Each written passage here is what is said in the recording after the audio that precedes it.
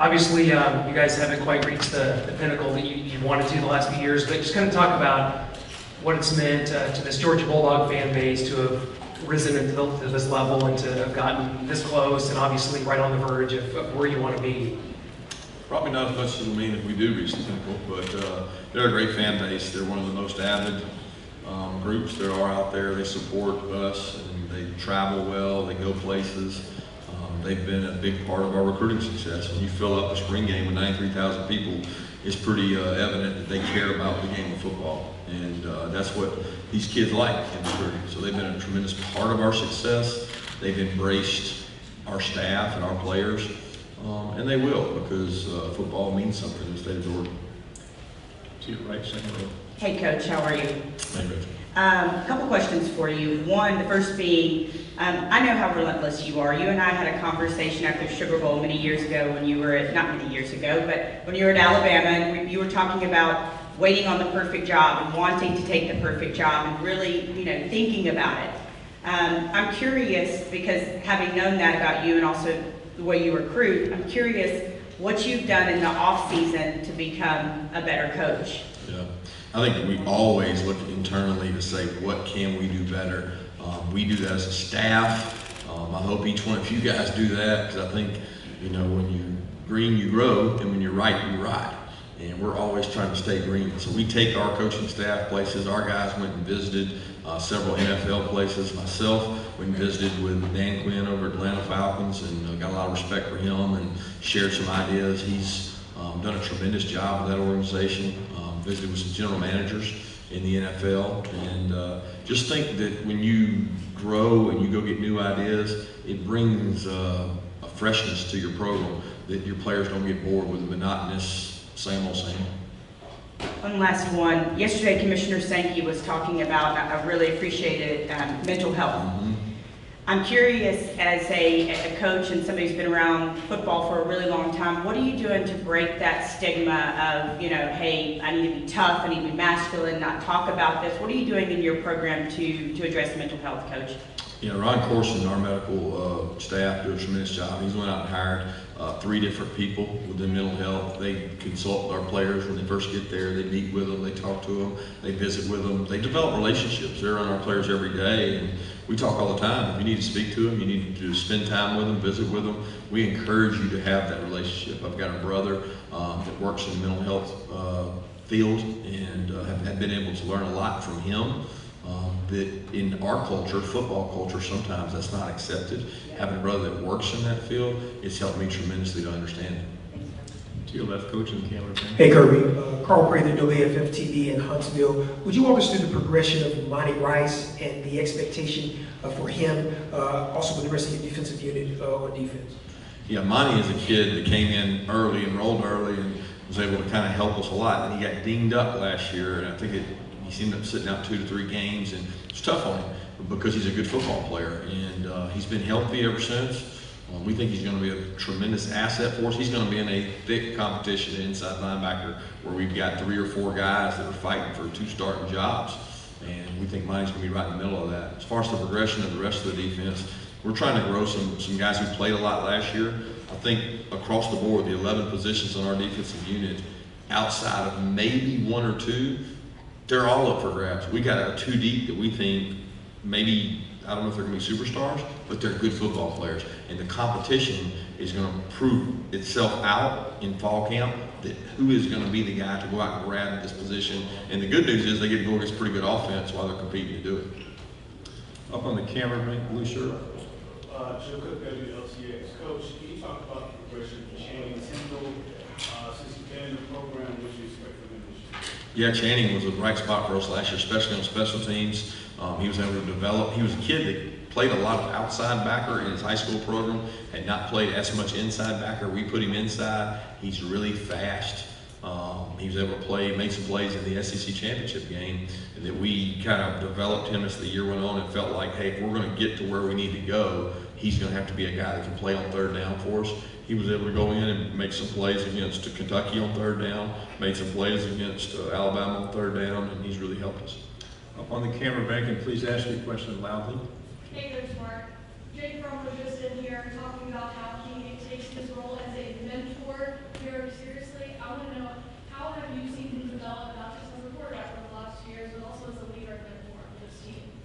He does it through his actions. I mean, this guy is the epitome of what college football's about. Number one, he stands up for the right things. He's very strong in his faith. He lives it. I mean, he lives it and he breathes it, and he does that with our players in a way that is not rubbing it in their face. And I have a lot of respect for his ability to be who he is, be confident in who he is, and still lead our team, and not create any jealousy while he's doing it. So it's a lot of credit given to his parents and his upbringing, because they have done a tremendous job with all their sons. And he's got a brother that's going to be at Auburn, which creates a unique situation, but he is a great young man. Close to your left, second row. Coach, you've been involved the last 2 years with 2 unbelievable games, obviously against Alabama. Just kind of talk about what you've learned from those, other than, of course, you probably want to win next time. Yeah, get rid of their backup quarterback, right? I mean, that's part of the plan. But they do a tremendous job, and we haven't finished the way we need to. And to be honest with you, a lot of that goes right here to me. We got to do a better job finishing the game and stay on top of it. And they get some credit for that because they've got a good football program. They've won a lot of football games, and they're a physical team. What I think we've shown is that we can match that physicality. We haven't finished that physicality, but we're not getting shoved around out there. And that's part of the deal against Alabama. You got to be able to go out and play physical. Coach to your right, second row. Hey Kirby, Brooks Camino from The Advocate. How do you and your staff personally monitor the NCAA transfer portals in terms of roster building, and how do you feel other programs do that as well? You know, I'm gonna be honest with you guys. There's a bigger deal made of the monitoring of it. I'm not talking about the fact they have the transfer portal, but I mean, I think a lot of people really think that it's this huge big deal. And at our level in the SEC, I don't think you're going to see a ton of kids going into the portal and come into the SEC. What you see is grad transfers. You see guys that graduate from their university and then have an opportunity to go anywhere they want, and they choose to come to the SEC. But you'll probably be seeing more guys exiting through the portal than entering through the portal to the SEC. So we don't have to monitor it. I mean, we don't sit there and have a guy look over it and see if there's a player in there that we think can make us better. Then there's that possibility. The problem is you may or may not have that player for a year, where if you go sign a football player and you can bring that player in, he's immediately eligible to play, and he has 3 more years to play after he plays once. When you get a kid out of the portal, he may or may not be eligible, and so it's not an immediate fix per se, unless you know that player is going to be eligible immediately, and that's up to the NCAA. Coach to your left, front row. Kirby West, Blankenship, WXI in Atlanta. Taking you back a few years with this one, what do you remember about Champ Bailey when he played at Georgia? Did you see any future NFL Hall of Fame tendencies when you were, I know you're not going to take the credit for it, but helping him along his way at Georgia? No, I'll be honest, he helped me more than I helped him. I mean, he covered people, he ran fast, he protected me in a lot of ways, but he was younger. And I say younger, a year below me, and then his older brother was almost a mentor, a very good person. I leaned on Ronald. So when I got there, Ronald was there, who was a good mentor for me, a South Georgia kid that came up to Athens. And then when Champ came, I felt like I owed him that same brotherhood. And he and I roomed together on road games, and he and I stayed close. His son just came over and participated in our football camp. Shockingly, he won the fastest kid there. So it does help to have a father be a Hall of Famer, and my son probably won't be running that fast. But he is a tremendous person. Champ has never changed who he is, what he stands for. Tremendous mom, tremendous family, and it just gives me a sense of pride to see what all he's been able to accomplish, because he's never been a guy that it was about him. You know, he made some really Superman-type plays. I mean, I remember the guy playing receiver in like 98 snaps or something against LSU one year, going both ways. He had to get IV'd at halftime. Front row right here. Coach, good morning. Hey, Jeff Sintel, AJC Dog Nation. It seems like recruiting has changed a lot since even your first team in Georgia. New signing periods, accelerated timelines, your staff recruits nationally. But it seems like your program is slowing things down, going through its progressions a little bit. Can you just discuss the philosophy of how you guys have looked at the staff and maybe alter the old way to this new cycle? Yeah, it's definitely changed from the first year to now, and that has a lot to do with the signing day. The signing day changed everything. It sped everything up. It made it where if you don't sign guys in December, there may not be guys available. It's like being in the back of the grocery store when you're going to get groceries and it's July 4th and they're all gone. So you want to go fill up your basket as soon as you can. We want to make certain we're getting the right kind of people and the right kind of players. I don't think enough is done on a kid's senior year. I think what you'll find in the SEC is maybe 80%, 90% of the teams' spots are full going into the senior season, where I feel like I need to look and see what they do in their senior season, because there's a lot of guys that have played really well. And you look at it, I mean, Bradley Chubb jumps out to me. He was a kid that was probably under-recruited, but when you watch his senior tape, he was a good senior player, but he had missed out on some opportunities at some SEC schools. So I would like to be able to evaluate guys longer, but once you have a player that wants to commit that is a really good football player, I think you've got to take that, especially if they've got great academics, because those two go hand in hand at the University of Georgia. So we don't necessarily want to be full, but we want to be able to go out and look at kids their senior year and find out how they're playing. Cameron Bank in the middle. Please Coach speak. Angela Morgan from Newsville and Chattanooga. How do you think Jim Chaney is going to transform Tennessee's offense, and how are you preparing to handle Tennessee's offense now that he's on the coaching staff? Jim will do a tremendous job. He's going to do a great job with the quarterback. He understands offensive football. He's very creative. He's done a tremendous job with us. He's been a guy who's thrown the ball every down in his career with Drew Brees and empty sets to running the ball and being really run-oriented at Arkansas and our place. So he can do a lot of things, and he's a talented coach. And he did a tremendous job for us in the time that he spent with us. So we wish him all the luck in the world except for one game.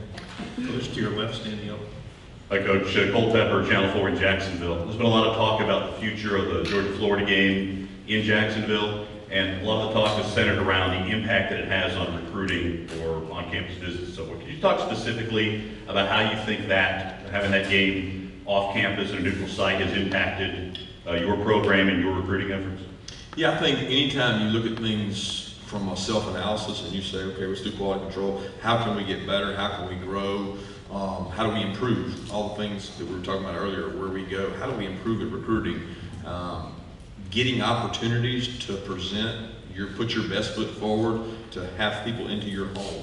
So you build a $63 million facility at your home location, and you want to develop relationships with kids. Every opportunity you miss to have a kid at your home is an opportunity to get better. We don't look at things from a scope of, well, we had the number 3 or number 2 or number 6 or number 10 recruiting class. That doesn't matter. We're trying to figure out how to get better. And the best way to get better is to have opportunities to present in front of those kids. Turn to your second row. Brandon Adams from Dog Nation. In 2017, you made the playoff, the quarterback, and started the year as your backup. If you were to be thrust in that position again this year, given the fact that Jake was a really highly regarded recruit, is it fair to say that'd be more difficult this year, given that your backup quarterbacks aren't quite the same level of prospect on paper Jake was then, or maybe Justin was a year ago? You know, I don't know that you can go off the rating that Justin was or Jake was. At the end of the day, Justin was a true freshman backup. Jake was a true freshman backup. They both were highly regarded coming in, but I also think that we have a young man who has a lot more experience than either one of them had, being that he had an opportunity to come in for a fall and go through a fall with us. He had a chance to go to a Mississippi JUCO and be able to play. And there's no value greater than going and playing, and he went and played. So you could make the case that we would have a more seasoned veteran guy. Now, is he as talented as those guys? I don't know. I think that's yet to be determined. And I think he continues to get better. And we hope that DeJuan will be able to compete with him for that once he's cleared. Coach to your left, Cameron Bank. Hey, Coach Smart. Simone Eli, CBS 42 in Birmingham. What would you say is the biggest coaching philosophy or belief that you have that you took from your time in Alabama with Coach Saban that you still use today? Oh, man, there's a lot. I mean, I could go on for days, but just the line of scrimmage wins championships, and you've got to sign big football players to be successful, whether it's offense or defensive line. We have time for 2 questions. Up on the Cameron Bank in the blue shirt. Coach, one more. I know you're good friends with Will Muschamp. What impresses you about the Gamecocks this year? How do you think of Brooks' program since he's been in Columbia? Yeah, the depth he's been able to establish. He does a great job of getting quality players in there. They've had several kids that beat us on, whether they're in their state or our state. They're very relentless in their efforts to recruit. His quarterback impresses me. He's a leader. He's a guy who's played. Anytime you're playing a guy with that kind of experience, it's very similar to Jake, except for he's got one whole year on top of that. and they've got some good wideouts coming back with them. Back row. When you were kind of around the agency domination, when you were recruiting Dominic Blaylock and George Pickens, what did you see out of them that led you to believe that they could possibly contribute early on for this team?